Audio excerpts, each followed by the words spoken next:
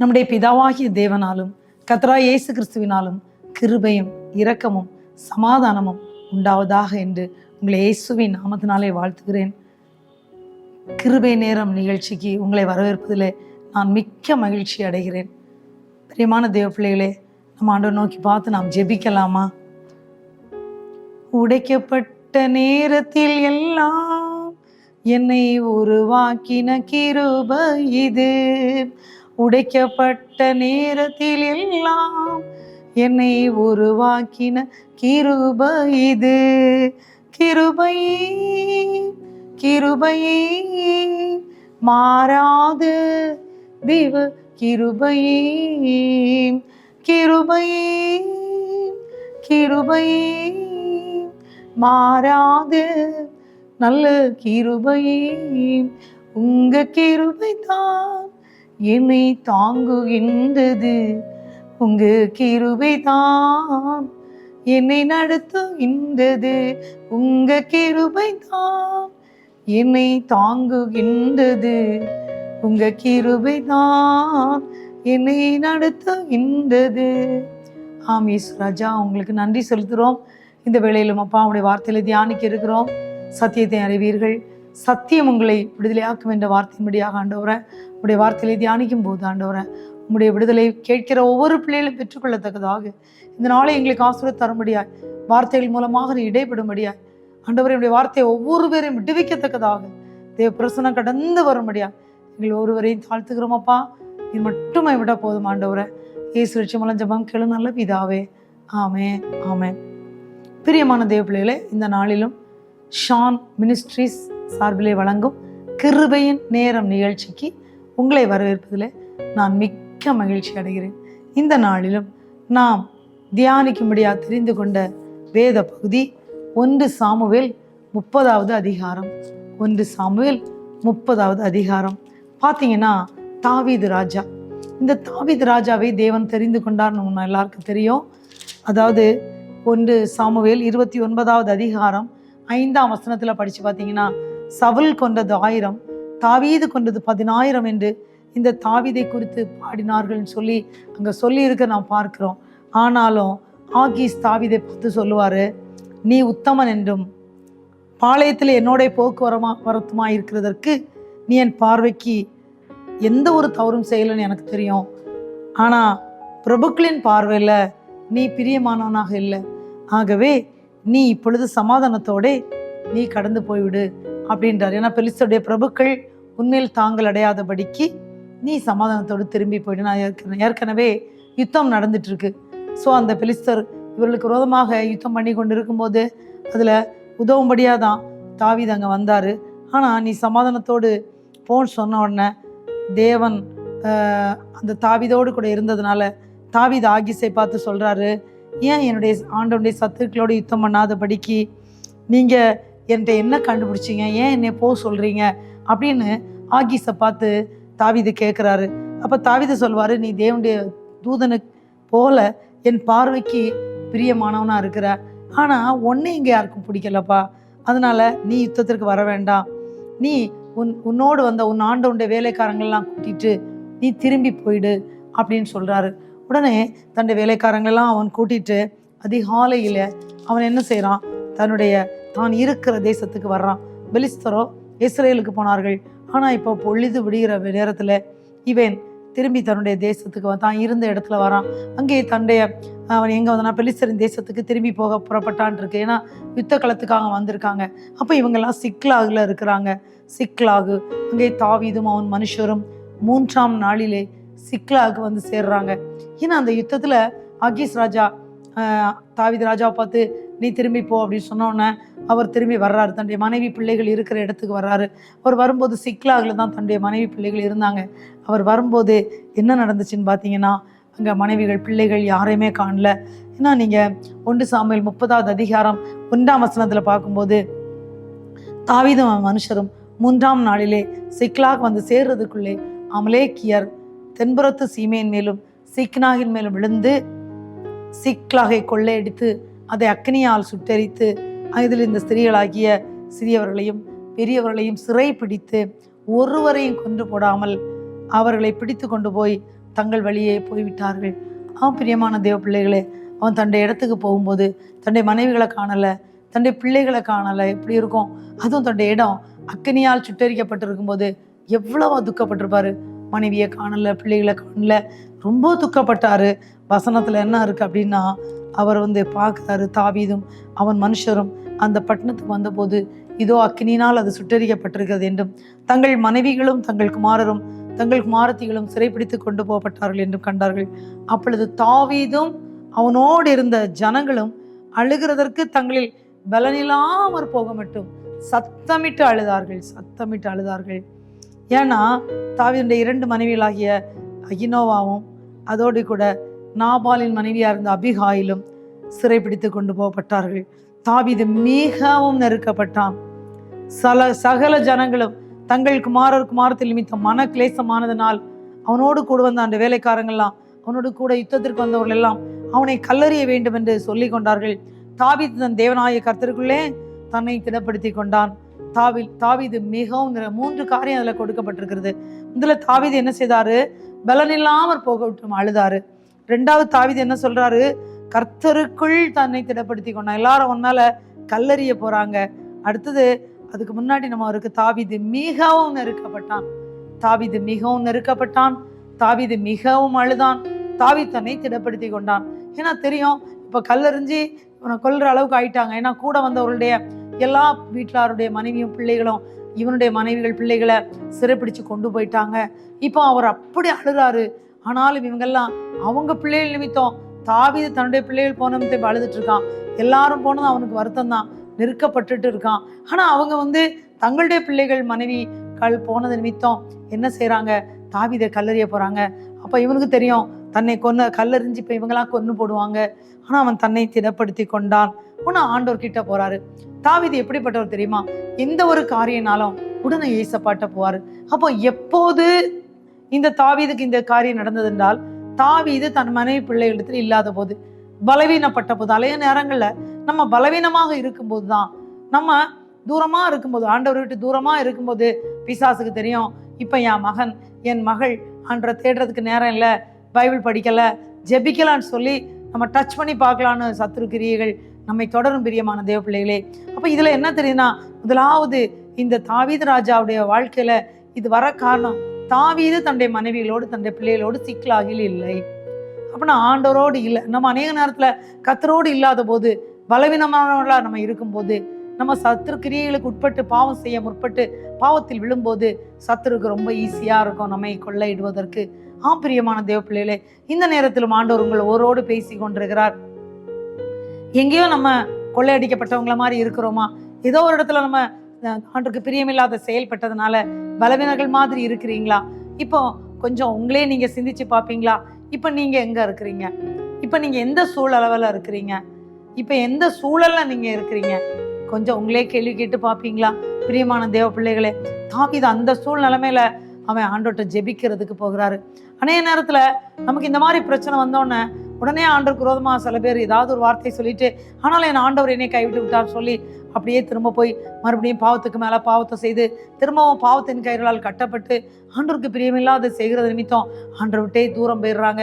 தங்களுடைய ஆசீர்வாதங்கள் எல்லாம் இழக்கிறது கூட அவங்களுக்கு நேரிடுதுன்னு சொல்லி வேதத்துல நம்ம பார்க்குறோம். இன்னும் நம்ம உலகத்துல பார்க்குறோம், நம்ம குடும்பங்கள்ல பார்க்குறோம்.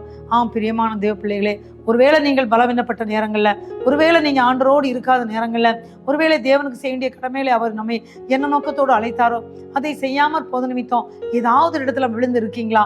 கவலைப்படாதீங்க, ஏசப்பாட்டே போயிருங்க. ஏசப்பா, நான் இப்ப என்ன செய்யணும் அப்படின்னு கேளுங்க. தாவீது போய் என்ன தெரியுமா கேட்கிறாரு? அந்த தண்டை நான் தொடரமா? அந்த யுத்தம் செய்து அதை பிடிப்பேனா? என்னுடைய ஜனங்கள் எல்லாரையும் அவன் கொள்ளை கொண்டு போயிட்டான், இப்போ அந்த பெலிஸ்த ஜனங்கள்ட்ட நான் விடுவிப்பேனா? இப்படி சொல்லி அவன் ஆண்டவரோடு ஜெபிக்கிறதுக்கு போறான். தேவ பிள்ளைகளே, நம்ம இயேசுவை நோக்கி பார்த்து நம்ம ஜெபித்தா போதும். அவன் ஜெபிக்கும் போது ஆண்டவர் வார்த்தை கொடுக்கிறாரு. நீ அதை பின்தொடர்ந்து போ, நீ அதை பிடித்து சகலத்தையும் திருப்பிக் கொள்வாய். 3 காரியம் சொல்றாரு. 1, நீ தொடர்ந்து போ. 2வது, நீ பிடிப்பா. 3வது, நீ எல்லாவற்றையும் திருப்பிக் கொள்வாய், சகலத்தையும் திருப்பிக் கொள்வாய். இன்றும் இதை கேட்டுக்கொண்டிருக்கின்ற உங்கள் ஒவ்வொருவரையும் பார்த்தோம் நம்முடைய கர்த்தராகிய இயேசு கிறிஸ்து பேசுகிறார். ஒருவேளை எங்கேயோ விழுந்திருக்கிறீங்களா? ஒருவேளை எங்கேயோ மாறப்பட்டிருக்கீங்களா? ஏதோ ஒரு இடத்துல பலவீனப்பட்டு உங்க வாழ்க்கையில சத்துடைய கிரியை பின்தொடர்ந்து கொண்டே இருக்குதா?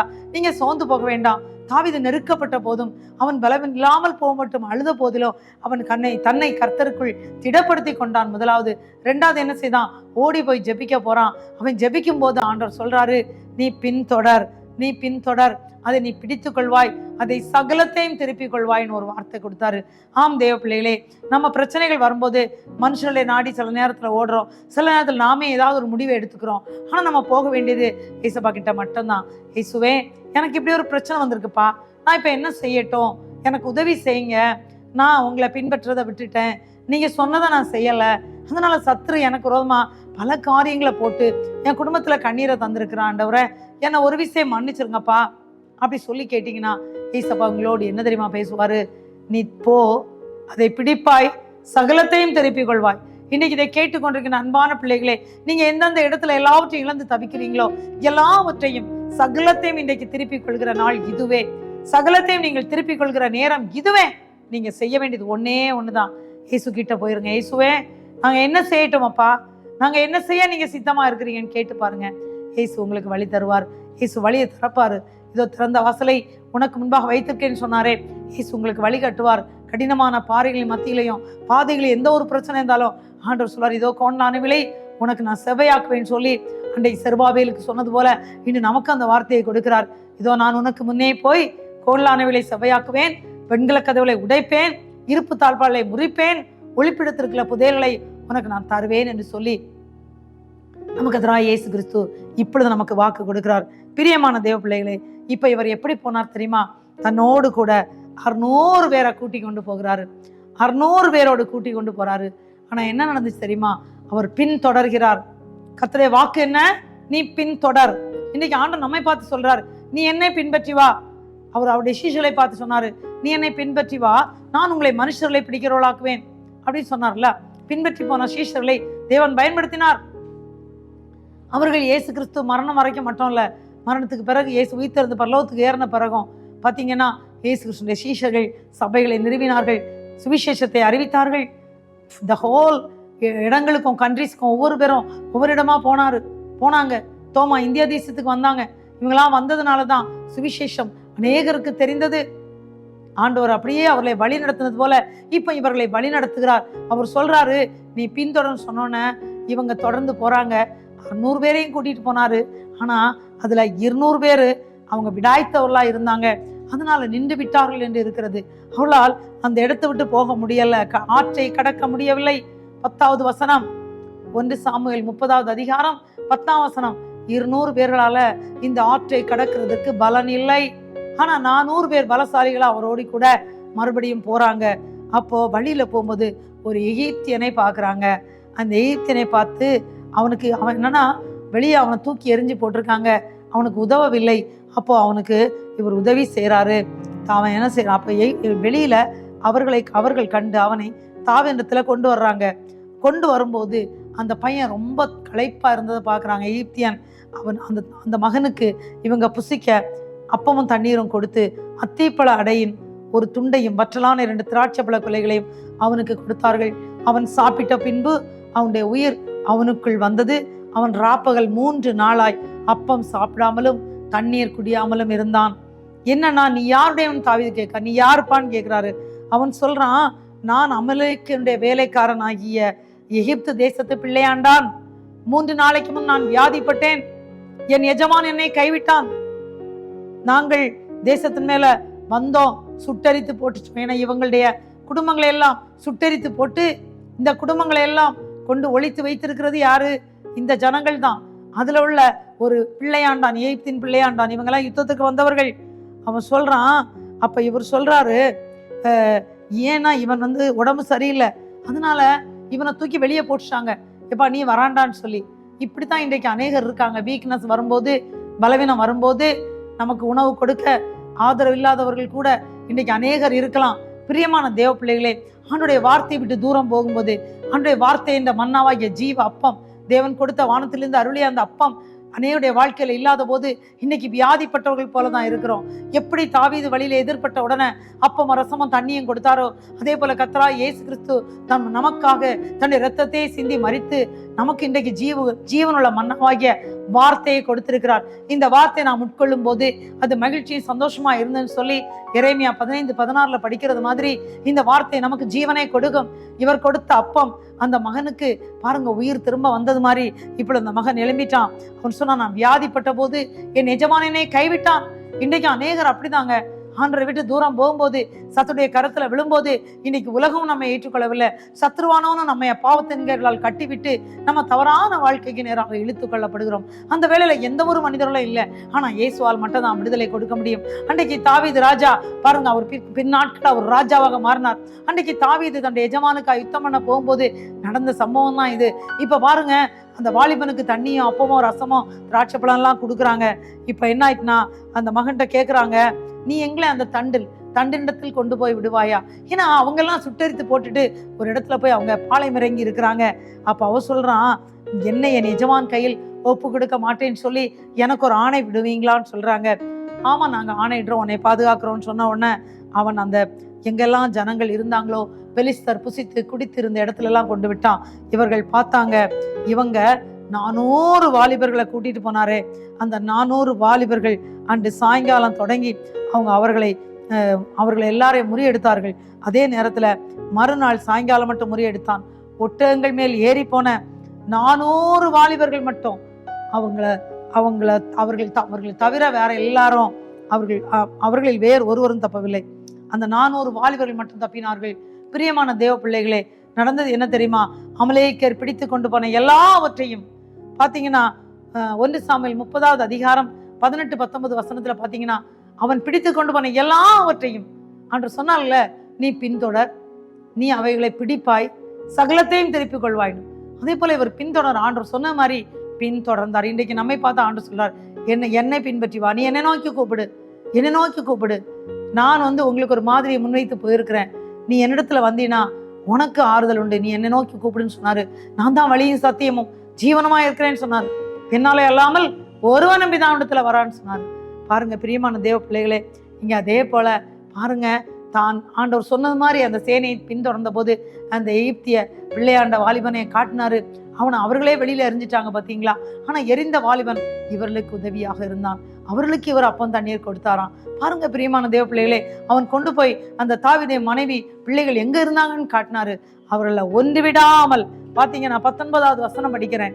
1 சாமுவேல் 30வது அதிகாரம் 19ஆம் வசனத்துல நீங்க பாத்தீங்கன்னா, அவர்கள் கொள்ளையாடி கொண்டு போன எல்லாவற்றிலும் சிறியதிலும் பெரியதிலும் குமாரரிலும் குமாரத்திகளிலும் ஒன்றும் குறைவிடாமல் எல்லாவற்றையும் தாவீது திருப்பி கொண்டான். எல்லா ஆடு மாடுகளையும் தாவீது பிடித்து கொண்டான். அவைகள் தங்கள் மிருக ஜீவன்களுக்கு முன்னாலே ஓட்டி, இது தாவீதின் கொள்ளை என்றார்கள். அப்ப கூட இருக்கிறவங்க சொன்னாங்க, இதுல நம்ம என்னென்ன பிடிச்சோமோ, நம்ம இங்க இருந்து எடுத்தோமோ, இதுல ஒண்ணு கூட அந்த 200 பேர் விடாய்த்து போய் நின்றாங்களே, அவர்களுக்கு கொடுக்க கூடாதுன்னு. ஆனா தாவீது சொன்னாரு, அப்படி செய்யக்கூடாது. ஏன்னா அவங்க வேணும்னு வராம இல்லை, அவங்க 200 பேர் விடாய்த்து போனாங்க. 600 பேர்கள 400 பேர் மட்டும்தான் வந்தாங்க. அப்ப அவர் சொன்னாரு, நமக்கு விரோதமாக வந்திருந்த அந்த தண்டை கர்த்தர் நமக்கு கையில ஒப்பு கொடுத்தார். அப்ப நம்ம ஏன் இந்த 200 பேருக்கு கொடுக்காம இருக்கணும்?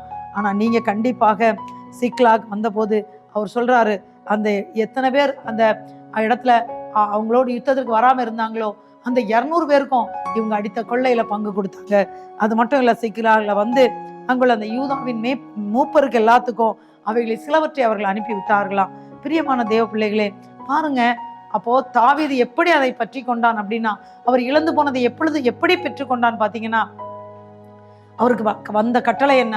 ஆண்டவர் கொடுத்த கட்டளை, நீ பின்தொடர், நீ அதை பிடிப்பாய், நீ சகலத்தையும் திருப்பிக் கொள்வாய். அப்படிதான் இருக்கு. அவன் சகலத்தையும் தாவீது திருப்பி கொண்டான். ஒன்று கூட தப்பல, ஒண்ணு கூட அவன் விடல, எல்லாத்தையும் திருப்பி கொண்டான். அது மட்டும் இல்ல, இன்னொரு நபரா இருந்திருந்தா யுத்தத்திற்கு வராம நின்னவங்களுக்கு திரும்ப ஹெல்ப் பண்ணியிருக்க மாட்டான். ஆனா யுத்தத்திற்கு வராம இருந்த அந்த 200 பேருக்கும் கொடுக்கும்படியா சொன்னாரு. இவங்க கொடுத்தாங்க. அதனால என்ன நடந்துன்னா பாருங்க, இன்றைக்கு வரைக்கும் அவங்க அந்த பங்குகள் அனுப்புறது, அவர் சொன்னது மாதிரி பங்குகள் அனுப்பியிருக்காங்க. அது ஒரு பிரமாணமாக தாவீது ஏற்படுத்தி விட்டான் போட்டிருக்கு. பிரியமான தேவ பிள்ளைகளே, ஒருவேளை தாவீது ஆண்டவர் சொன்னது மாதிரி ஒருவேளை அவன் பின்தொடராமல் இருந்திருந்தால், இன்றைக்கு அநேகர் எப்படி தெரியுமா, அநேகர் இழந்து தான் நிற்கிறாங்க. அநேகருடைய வாழ்க்கையில் அவங்க ரட்சிப்பை இழந்துட்டாங்க, ரட்சிப்பின் வஸ்திரத்தை இழந்துட்டாங்க, ஆண்டவரோடு இருக்கிற டைமை இழந்துட்டாங்க, ஆண்டவர் கொடுத்த ஆசீர்வாதங்களை இழந்துட்டாங்க. ஆனா ஆண்டவர் என்ன சொல்றார்? நீ பின்தொடர், நீ அதை பிடிப்பாய், நீ சகலத்தையும் திருப்பிக் கொள்வாய். ஆனா அதை பின் தொடருகிறது என்கிறது அநேகருக்கு முடியல. ஏன்னா ஆண்டவர் ஒரு மாதிரியை முன்வைத்து போனார். ஏன்னா அவர் சொன்னாரு, ஜீவப்பம் நானேன்னு சொன்னாரு. இதை உட்கொள்ளுறவனுக்கு ஒரு காலம் பசி வராதுன்னு சொன்னாரு. நான் கொடுக்கும் தண்ணீரை குடிக்கிறவனுக்கோ ஒரு காலம் தாகம் வராதுன்னு சொன்னாரு. சமாரிய ஸ்திரீக்கு அந்த தண்ணி கேட்ட போது அவங்க சொன்னா, இந்த தண்ணி எனக்கு நீங்க கொடுங்க, நான் இனி ஒரு காலம் இங்க வந்து தண்ணி எடுக்காதபடி அந்த ஜீவ தண்ணீரை எனக்கு தரணும்னு சொன்னோன்னே அவர் தான் அந்த மேசியா என்பதை சொன்ன போது அந்த அம்மா போய் ஊர் எல்லாருக்கும் சொன்னாங்க. ஊர்ல எல்லாருக்கும் சொல்லி அந்த சமாரியில் அநேக இயேசுதான் மேசியா என்று அறிந்தபோது இயேசுவை ஏற்றுக்கொண்டார்கள். ஏன்னா அவர் தான் ஜீவ ஊற்று, அவர் தான் ஜீவ தண்ணீர், அவர் தான் ஜீவ அப்பம். பிரியமான தேவ பிள்ளைகளே, நாம் இயேசுவை பின்தொடர வேண்டும் என்பதற்கு தான் இது ஒரு உதாரணமாக இருக்கிறது. பாருங்க, வெளியே தூக்கி போடப்பட்ட அந்த வாலிபனை அவன் தாங்கினதுனால அந்த வாலிபன் மூலம் அற்புதம் நடந்தது போல இன்னைக்கு ஒருவேளை இதுல கேட்டுக்கொண்டிருக்கிற தேவ பிள்ளைகளே, உங்களை யாராவது புறக்கணித்திருக்கலாம். ஆனா புறக்கணித்த உங்களுக்கு தான் இயேசு அவர் அப்பத்தையும் ரசத்தையும் தராரு, அவருடைய ஜீவ அப்பத்தை தராரு, அவருடைய ரத்தத்தை செஞ்சு நமக்காக மீட்டு கொண்டாரு. அவர் சொல்றார், மகனே மகளே நீ என்னை பின்பற்றி வா அப்படின்னு சொல்றாரு. ஏன்னா பவுல் சொன்னார்ல, நான் கிறிஸ்துவை பின்பற்றுகிறது போல நீங்க என்னை பின்பற்றுங்கன்னு சொன்னாரு. பிரியமான தேவ பிள்ளைகளே, இயேசு நமக்கு ஒரு மாதிரியை முன்வைத்து போயிருக்கிறாரு. இயேசு தாழ்மையுள்ளவரா இருந்தாரு, இயேசு ஜெபித்து கொண்டே இருந்தாரு, கிடைக்கிற நேரமெல்லாம் ஜெபித்தாரு, இளைப்பாற கூட நேரம் இல்லாதபடி அவர் எல்லாருக்கும் ராஜ்யத்தின் சுவிசேஷத்தை இயேசு பிரசங்கித்தார், மனம் திரும்புங்கள்னு சொன்னாரு. பிரியமான தேவ பிள்ளைகளே, இதே நாள்ல தேவன் நம்மோடு பேசுறது என்ன? ஒருவேளை நீங்க அதே சூழல்ல, ஒருவேளை அதே வேதனையில, ஒருவேளை அதே பிரச்சனையில கூட இந்த வேலையில் நீங்க இருக்கலாம். ஆனா ஆண்டவர் உங்களுக்கு சொல்றது என்னன்னா, நீங்க ஆண்டவரை பின்தொடர வேண்டும் என்று ஆண்டவர் விரும்புகிறார். அவர் செய்ததை நம்ம செய்யணும், அவர் சொன்னதை நம்ம செய்யணும், அவருடைய திட்டத்தை நம்ம நிறைவேற்றணும், இயேசுடைய நோக்கத்தை நிறைவேற்றணும். அதுதாங்க ஏசப்பா உங்கள் ஒவ்வொருடமே எதிர்பார்க்கிறார். ஆண்டு நோக்கி பார்த்து நம்ம ஜெபிக்கலாமா? இயேசுவே, என்ன உங்ககிட்ட நான் கொடுக்குறேன்ப்பா. அந்த தாவீது பாருங்க, தேவன் சொன்னதை செய்தார். அப்பா நீங்க சொன்னதை நான் செய்யணும், உங்களை மட்டும்தான் நான் பின்தொடரணும், உங்க வார்த்தையை மட்டும்தான் நான் கீழ்ப்படியணும். ஒரு வேளை பிரியமான தேவ பிள்ளைகளே, யாராவது நீங்க அப்படி தேவனுக்கு பிரியமில்லாத எல்லாத்தையும் இழந்துட்டு இப்ப சத்துரு எங்களை கட்டி வச்சிருக்கிறான், எங்களால எழும்ப முடியலன்னு துக்கப்படுறீங்களா? இப்ப இயேசுவை நோக்கி பாருங்க. இயேசப்பா உங்களுக்கு இரக்கத்தை காண்பிக்கிறவராக இருக்கிறார். இயேசுவே, எனக்கு உங்க பலனை தாங்கப்பா. இயேசுவே, நான் போகிற பாதையில நீங்க என் கூட வாங்க இயேசப்பா, என்னோடு இருங்க இயேசப்பா, என்ன பயன்படுத்துங்க இயேசப்பான்னு சொல்லும்போது அவர் சொன்னதை செய்யணும். பாத்தீங்களா, அவர் சொன்னதை இவர் செய்தார். போற வழியில தானே அந்த வாலிபன் இருந்தான். இந்த காலகட்டத்துல சில பேர் அப்படி யாராவது கஷ்டத்துல இருந்தா, போங்க போங்க, எனக்கே எவ்வளவு கஷ்டம், என் குடும்பத்திலே கண்ணீர்ல இருக்கேன், இப்ப போய் உங்களுக்கு உதவுற நேரம் இல்லைன்னு சொல்லி இன்னைக்கு அநேகர் போகிறதை பார்க்கிறோம். ஆனா இங்க தாவீது ஒரு உதாரணமாக, அவர் அந்த எகிப்திய வாலிபன், அந்த பிள்ளையாண்டானுக்கு பாருங்க பாருங்க, அவன் உதவுகிறான். அவனை எல்லாம் தூக்கி எறிஞ்சிட்டாங்க, வியாதிப்பட்ட போது தூக்கி எறிகிறாங்க. அதே போலதான் இன்னைக்கு அநேகர் இருக்காங்க, நம்மை பயன்படுத்துவாங்க. ஆனா ஒரு காலகட்டத்துல நமக்கு அவர்களுக்கு உதவ முடியவில்லை என்று சொன்ன போது நம்ம எரிகிறவர்கள் இருக்கிற காலம்தான். ஆனா தேவ பிள்ளைகளே, ஒருவேளை உங்களை அப்படி எரிந்திருக்காங்களா? நீங்க கவலைப்படாண்டா. ஏசப்பா சொல்றாரு, அவர் ஜீவ மன்னாவாக இருக்கிறார். அவருடைய வார்த்தை ஜீவ வார்த்தை, மன்னா நமக்கு மன்னாவாக நம்மை வாழ்விக்கிறதாக இருக்கிறது.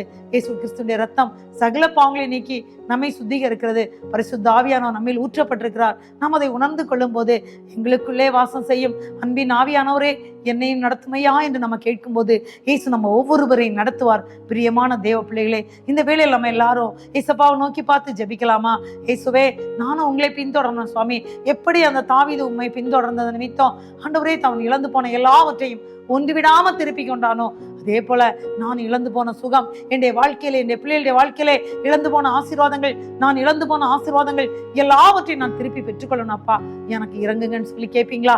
இப்ப நம்ம ஆண்டவர் நோக்கி பார்த்து ஜெபிக்க போறோம். இயேசுவே, எனக்கு நீங்க இறங்கும் அப்பா, என்னை உங்களுடைய கருத்துல நான் கொடுக்குறேன் ஆண்டவரேன்னு சொல்லி நீங்கள் இயேசுக்கு உங்களை அர்ப்பணிப்பீர்களா? நீங்க எந்த நிலைமையில இருந்தாலும் சரி, ஒருவேளை நீங்க நினைக்கலாம், ஒருவேளை இனி என்ன ஆண்டவர்கிட்ட அவர் ஏற்றுக்கொள்வாரா? ஆனா ஆண்டவர் சொல்றார், வருத்தப்பட்டு பாரம் சுமக்கிறவர்களே, நீங்கள் எல்லாரும் என்னத்திற்கு வாருங்கள், நான் உங்களுக்கு இளைப்பாறுதல் தருவேன், என்னையன்றி உனக்கு வேற தேவர்கள் உண்டா இருக்க வேண்டான்னு சொன்னாரு. இயேசுவாலே அல்லாமல் ஒருவருக்கு ஒரு ரட்சிப்பு இல்லை என்று சொன்னார். நாம் உண்மையா பிரியமான தேவ பிள்ளைகளே, ரட்சிப்பு இயேசு வழியா மட்டும்தான் வருகிறது.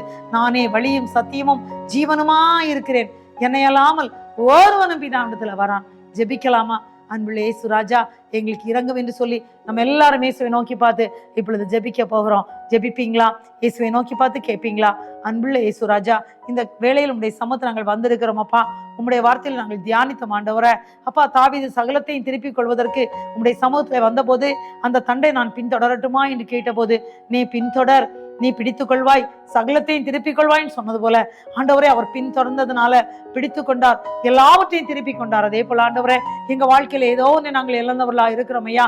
எங்களுக்கு இறங்கும் என்று கேட்கிற உம்முடைய பிள்ளைகளுக்கு நீ இரக்கத்தை காண்பிக்கும்படியா கண்ணீரோடு இருக்கிற ஒவ்வொரு பிள்ளைகளுக்கும் ஏசப்பா நீர் அற்புதத்தை செய்து உம்முடைய வல்லமை வெளிப்படுத்தும்படியா நாங்கள் ஜெபிக்கிறோம். ஆண்டவரே, நீ சமீபத்திற்கு மட்டுமல்ல ஆண்டவரே, நீர் தூரத்திற்கும் தேவன் ஆண்டவரே. உம்முடைய பிள்ளைகள் கண்ணீரோடு இருக்கிற அந்த வேலையிலே இல்லையே, எனக்கு வேலை இல்லாம இருக்கிறேனே, எனக்கு அற்புதத்தை செய்ய மாட்டீரா என்று ஏங்குற பிள்ளைகளுக்கு இயேசுவே அவர்கள் உண்மை பின்தொடர உதவி செய்யும். அவருடைய கட்டுகள் ஒளிந்து போகட்டும், பாவ கட்டுகள் ஒளிந்து போவதாக, வியாதியின் கட்டுகள் ஒளிந்து போவதாக, கண்ணீரின் கட்டுகள், துன்பங்கள், துயரங்கள் மறைந்து போவதாக. இயேசுவின் நாமத்தினால எல்லா தடைகளும் இதை பார்த்து கொண்டிருக்கிற பிள்ளைகளுடைய குடும்பங்களை விட்டு மாறுபடியா ஜெபிக்கிறோம் அப்பா. மனது உருகுவீராக. ஏசப்பா, நீ இரக்கமுள்ளவர் ஆயிட்டே, உருக்கமுள்ளவர் ஆயிட்டே. உம்முடைய பிள்ளைகள் உம்முடைய சமூகத்துல வந்திருக்கிறாங்களே ஆண்டவரா, இறங்குங்கப்பா, இறங்குங்கப்பா. இறங்குகிற தேவனாலே எல்லாம் ஆகும் அப்பா. பரிசுத்த ஆவியானவருடைய பிரசன்னம் ஒவ்வொரு பிள்ளைகளையும் மீட்க முடியாது, ஒவ்வொருவோடு நீர் இருக்க முடியாது. உம்முடைய அன்பு கரத்திலே கொடுத்து நாங்கள் ஜெபிக்கிறோம். நீர் ஒருவருக்கும் தூரமானவர் அல்லவே அப்பா. எங்களுக்கு இறங்கும் என்று கேட்கிற ஒவ்வொரு பிள்ளைகளுக்கும் இறங்குவீராக, கண்ணீரை துடைப்பீராக. திருமணம் ஆகவில்லையே, எங்க பிள்ளைகளுக்கு திருமணம் நடக்கணுமே ஆண்டவரே, எங்க வாழ்க்கையில இறங்க மாட்டீரா, பிள்ளைக்கு வயதாகிக்கொண்டே போகிறது என்று ஆண்டவரே இந்த நாளிலும் கண்ணீரோடு இருக்கிற ஒவ்வொரு பிள்ளைகளுக்காக நாங்கள் ஜெபிக்கிறோம். திருமணம் நடக்கட்டும் ஆண்டவரே. குழந்தை செல்வத்துக்காக ஏங்கி நிற்கின்ற ஒவ்வொரு பிள்ளைகளுக்காக ஜெபிக்கிறோம். பரிசுத்த ஆவியானவரே, பிள்ளைகளுக்கு இறங்கி குழந்தை செல்வத்தை கொடுக்க முடியாது ஜெபிக்கிறோம் அப்பா. யாரெல்லாம் வியாதியினால நின்னால் படுக்கையில இருக்காங்களோ இயேசுவே, எங்க வாழ்க்கையில இந்த அற்புதத்தை செய்து உம்முடைய வல்லமை வெளிப்படுத்தும் கேட்கிறாங்களோ அவங்க குடும்பத்துல இயேசுவே நீர் அற்புதத்தை செய்யும்படியாக நாங்களுமே நோக்கி பார்த்து ஜெபிக்கிறோம். மனதுருக்கம் உள்ளவரை, இரக்கம் உள்ளவரை, அற்புதங்களை செய்கிறவரை, பிள்ளைகளுக்கு மனது உருகி அதிசயத்தை செய்யும்படியா நாங்கள் ஜெபிக்கிறோம் ஆண்டவரை. இன்னும் யார் கண்ணீரோடு குடும்பத்துல பிரிவினை இருக்கிறதே, எங்க வாழ்க்கையில நிம்மதி இல்லையே, நாங்கள் கேட்ட காரியம் நடக்கலையே, எங்க பிள்ளைகளுக்கு நாங்கள் விரும்பின கல்லூரியில படிக்க இடம் கிடைக்கவில்லையே, விரும்பின வரம் வரவில்லையே என்று எங்களோடும் கத்தாவை தவிப்போடும் இயேசுவே எங்களுக்கு இரக்கத்தை காண்பி என்று இருக்கிறாங்களோ அவர்களுக்கு உடைய இரக்கத்தை காண்பிக்க முடியாது. ஏசப்பாவுடைய அன்பு கரத்திலே கொடுத்து நாங்கள் ஜெபிக்கிறோம். இயேசுவே நீர் மகிமைப்படும்படியா ஜெபிக்கிறோம். உம்முடைய அன்பு கரத்தினால் அன்று ஒவ்வொரு பிள்ளைகளையும் நீர் ஆசீர்வதிக்க முடியாது ஜெபிக்கிறோம். தகப்பனே, உங்களுக்கு நன்றி ஆண்டவரே. கண்ணீருடைய பிள்ளைகளுடைய கண்ணீரையும் துடைத்தரலும், கண்ணீரோடு உடைய சமூகத்திலே காத்திருக்கிறவர்கள் உண்டு ஆண்டவரே. அப்பா, உண்மை பின்தொடரும்படியான கிருபைகளை நீர் ஒவ்வொரு பேருக்கும் கொடுக்கும்படியா இயேசுடைய அன்பு கரத்திலே கொடுத்து நாங்கள் ஜெபிக்கிறோம். ஒவ்வொரு பிள்ளைகளையும் நீர் ஆசீர்வதிப்பீராக. கீழாக்காமல் மேலாக்கி, வாழாக்காமல் தலையாக்கும் வேண்டிக் கொண்ட காரியங்களே அதிசயத்தை செய்து உம்முடைய வல்லமை வெளிப்படுத்துவீராக. நீ சகலத்தையும் திருப்பிக் கொள்வாய் சொன்னீங்களே ஆண்டவரே, நீ தொடர்ந்து போ, நீ பிடிப்பாய், சகலத்தையும் திருப்பிக் கொள்வாய் சொன்னீங்களே. உம்முடைய பிள்ளைகள் இழந்து போன எல்லாவற்றையும் பிடித்துக் கொள்ளட்டும் அப்பா. இழந்து போன எல்லா ஆண்டவரே ஆசீர்வாதங்களை பெற்றுக்கொள்ளட்டும் ஆண்டவரே. இயேசுவின் நாமத்தினாலே ஒவ்வொரு பிள்ளைகளையும் வாழ்த்தி ஆசீர்வதித்து நாங்கள் ஜெபிக்கிறோம். இயேசு அப்படி ஆசீர்வதிக்கிறதற்காக நன்றி தாழ்த்துகிறோம். துதிக்கான மகிமை அப்பாவுக்கு செலுத்துகிறோம். இயேசு ரட்சகன் ஜெபம் கேளு நல்ல பிதாவே, ஆமேன். என் ஆத்மாவே கர்த்தரை ஸ்தோத்திரி, என் முழுள்ளமே அவருடைய பரிசுத்த நாமத்தை ஸ்தோத்திரி. என் ஆத்மாவே கர்த்தரை ஸ்தோத்திரி, கர்த்தர் செய்த சகல உபகாரங்களை மறவாதே. ஆமேன், ஆமேன். நம்முடைய கர்த்தராகிய இயேசு கிறிஸ்துவின் கிருபையும் நம்முடைய பிதாவாகிய தேவனுடைய அன்பும் பரிசுத்த ஆவியானுடைய ஐக்கியமும் இன்றும் என்றும் சதா காலமும் உங்கள் அனைவரோடு நம்ம ஒவ்வொருவரோடு கூட இருப்பதாக. ஆமேன். கர்த்தர் தாமே உங்கள் ஒவ்வொரு பேரையும் அளவில்லாமல் ஆசீர்வதிப்பாராக. ஆமேன், ஆமேன். God bless you.